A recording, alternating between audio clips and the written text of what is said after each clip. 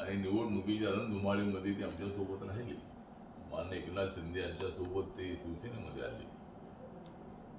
आणि गोविंदाचा आणि माझा पूर्वीपासूनचा संबंध आहे. मी सिद्धार्थ हॉस्टेलमध्ये राहिला असताना, कॉलेजमध्ये असताना अनेक चित्रपट बघण्याची संधी मला मिळाली.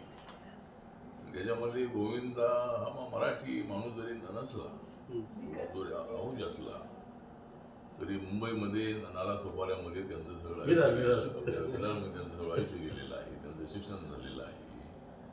आणि शुद्ध मराठी बोलणारा कलाकार, जरी ओरिजिनल मराठी नसले तरी महाराष्ट्रात राहणारा तो मराठी आहे असं मी मानतो. आणि गोविंद अत्यंत चांगली मराठी बोलतात.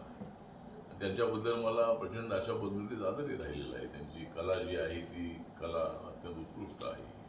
दिलखुलास असणारं व्यक्तिमत्व आहे. त्यांचा डान्स जो आहे तो डान्स पुन्हा पुन्हा पाहावंसं वाटावं अशा पद्धतीचा गोविंद हा कलाकार आहे.